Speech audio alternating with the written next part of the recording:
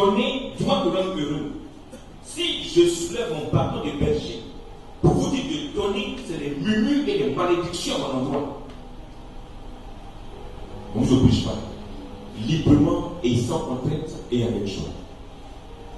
Après les généralités, on a défini le fond, les fondements économiques, deux fondements divins et sociaux. On a vu l'objet de l'offrande. Pourquoi faut-il l'offrir?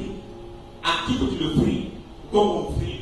En deuxième titre, nous voyons les différents types d'offrandes.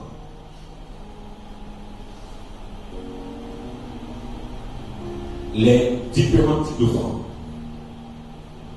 Je voudrais rappeler pour ce titre-là que cette différence-là se situera dans la forme. Dans le fond, c'est donné gratuitement. Il n'y a pas de différence dans le fond. Si tu donnes, tu donnes. Maintenant, dans la forme, en fonction des circonstances, il y a une dénomination qui est affectée au don qui est fait. Dans ce titre, il y en a 12. Il y a 12 propositions. Première proposition, après le premier type d'offrande, il y a ce qu'on appelle les prémices. Les prémices. Les prémices, ce sont les premiers fruits au bénéfice d'une activité productive.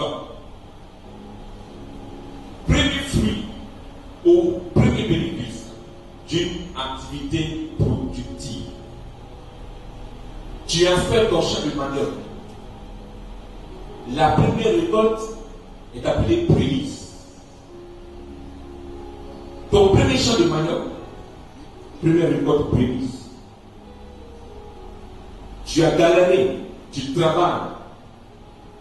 Ton premier mois de salaire est appelé prémisse.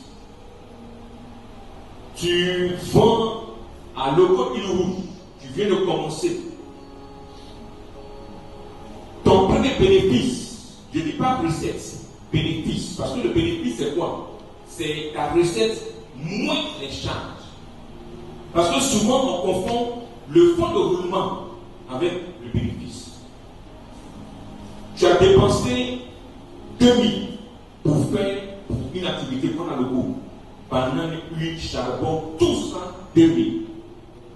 Tu as vendu, tu as eu 5000. Est-ce que les 5000 sont les prémices? Tu vas enlever les 2000 francs pour que tu puisses recommencer encore vers le goût, n'est-ce pas? Donc les 3000 francs sont les prémices.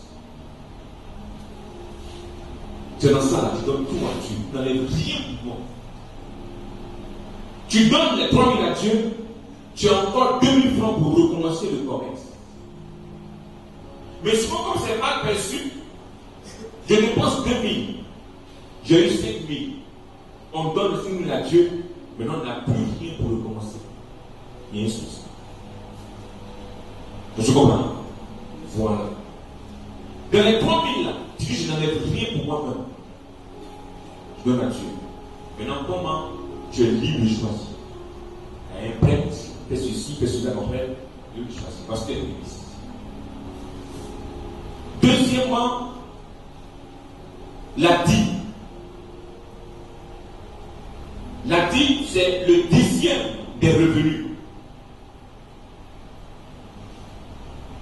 10e des revenus. On appelle revenu ce que tu gagnes en contrepartie d'un travail.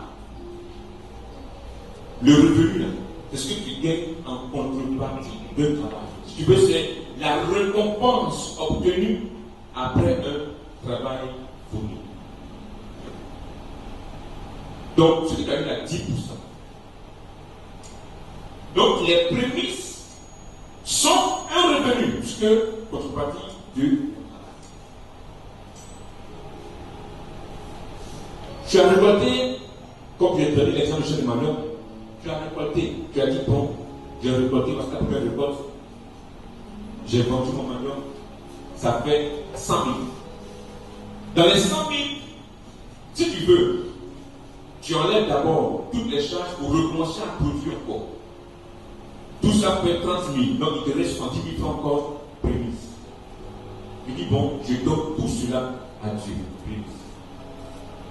Mais dans ça, tu peux dire comme c'est un revenu. Comme c'est un revenu, j'enlève 10% de son 10 000. Après la 10. Après 7 000. Sur 10 000 moins 7 000, il reste 103 000. Donc pour une question de dénomination, les 7 000 seront la 10, 10% sont 10 000, et puis les 103 000 seront les prémices. C'est pourquoi j'ai dit, dans le fond, c'est donné, mais dans la forme, en fonction de, on colle une nation. La dîme, très souvent, se voit sur les salaires. Et je rappelle que les prémices se font une fois, premier fruit. En tout cas, premier fruit. Si tu viens de travailler le premier mois, est ton prémisse. Le deuxième mois, tu n'es plus prémisse. Tu vas au champ d'Emmanuel, première récolte, prémisse. Deuxième récolte, tu n'es plus prémisse. Mais la dîme est le prélèvement quotidien et permanent sur tous les revenus.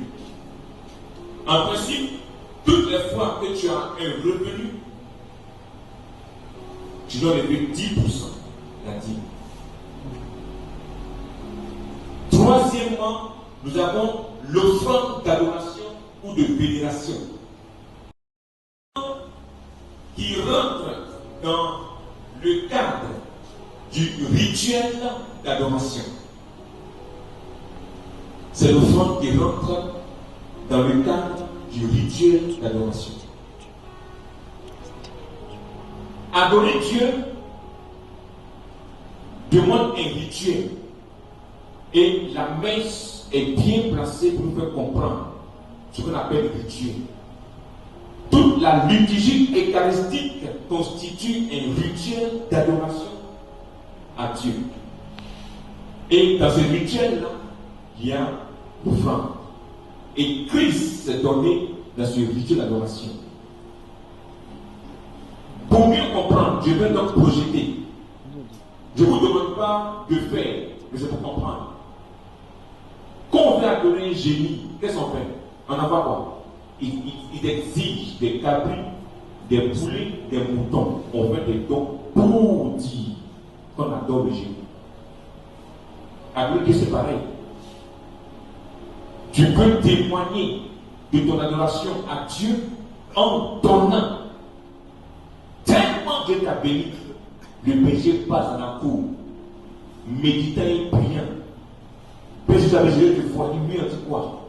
Je suis il fait chaud par son là. Non, besoin de voir. Voici, là je souris. Alléluia. Voici l'enveloppe sous-pesante comme ça.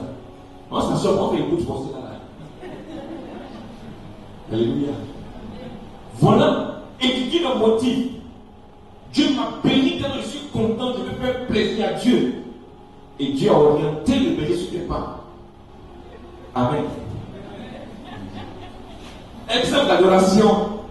Exemple d'adoration, c'est cette pratique-là que faisait Israël dans l'Ancien Testament. Et dans le Nouveau Testament, cette pratique a été vérifiée par les rois mages. Ils ont dit quoi? Où est le roi des rois qui vient de naître? Nous sommes venus l'adorer. Mais, nous sommes venus par là. Ils avaient de la myrrhe, de l'encens et de l'or. Leurs pieds, ils ont donné à Jésus pour témoigner leur adoration. Alléluia. Quatrièmement, c'est l'offrande de réconciliation ou de réparation. Quatrième offrande. L'offrande de réconciliation ou de réparation. C'est l'offrande qu'on fait dans le cas d'un conflit. L'offrande qu'on fait dans le cas d'un conflit en vue de demander pardon, de se réconcilier ou de réparer un tort qui a été causé.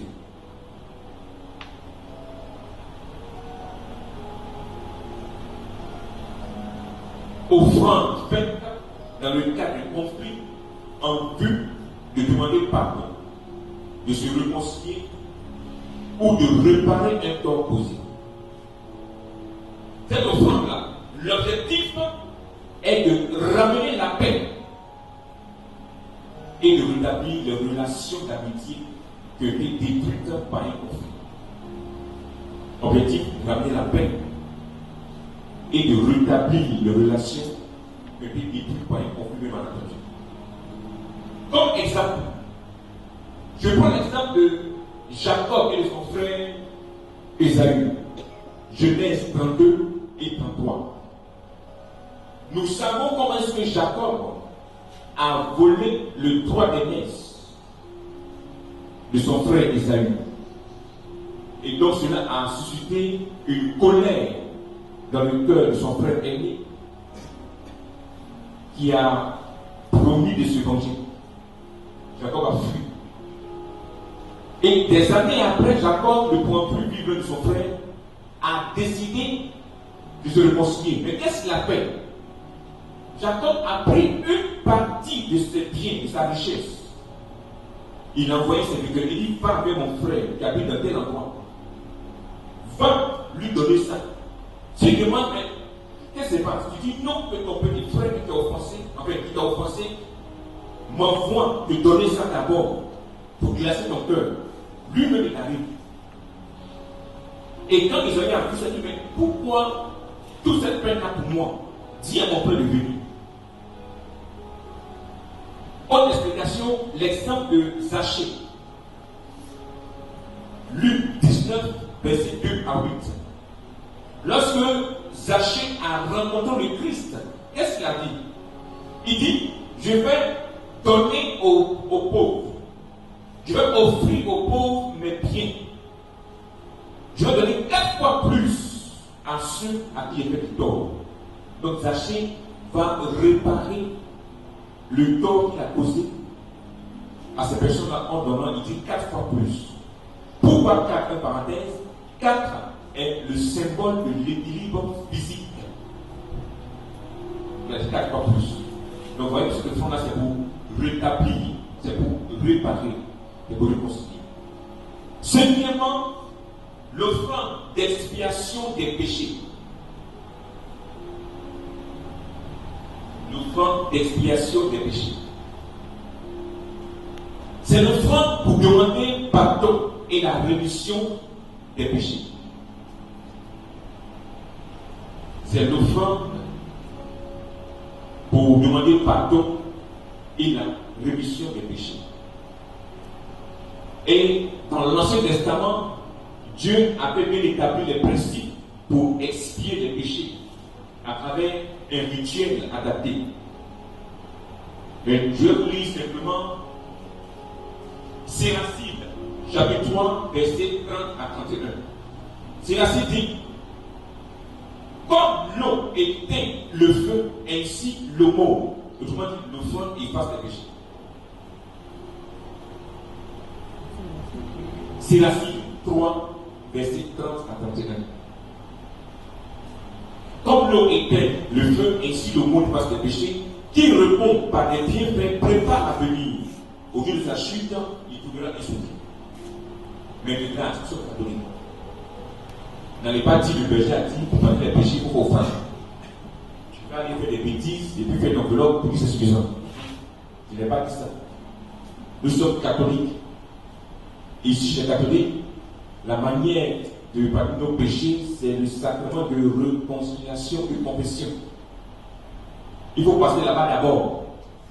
Maintenant, le prêtre qui a confessé là, tu peux ajouter une enveloppe ou bien tu peux faire un geste. Ah mon Père, merci, tu m'as pardonné, mais voici ma montre télé. Voici mon portable télé. Voici mon iPad télé. Alléluia. Voilà. Et pour l'offrande d'expiation des péchés, on ne fera plus de sacrifice parmi les péchés. Parce que un seul est déjà fait. Jésus-Christ, notre Seigneur Sauveur, a donné sa vie. Il est mort sur la croix pour que à jamais nos péchés soient pardonnés effacé et remis. Mais pour en bénéficier, il faut participer au sacrement. Enfin, il faut recevoir du moins le sacrement de réconciliation et participer au sacrement de l'Eucharistie pour se fortifier, pour ne plus retomber dans ses erreurs. Sixièmement, l'offrande de contribution. Sixièmement, l'offrande de contribution.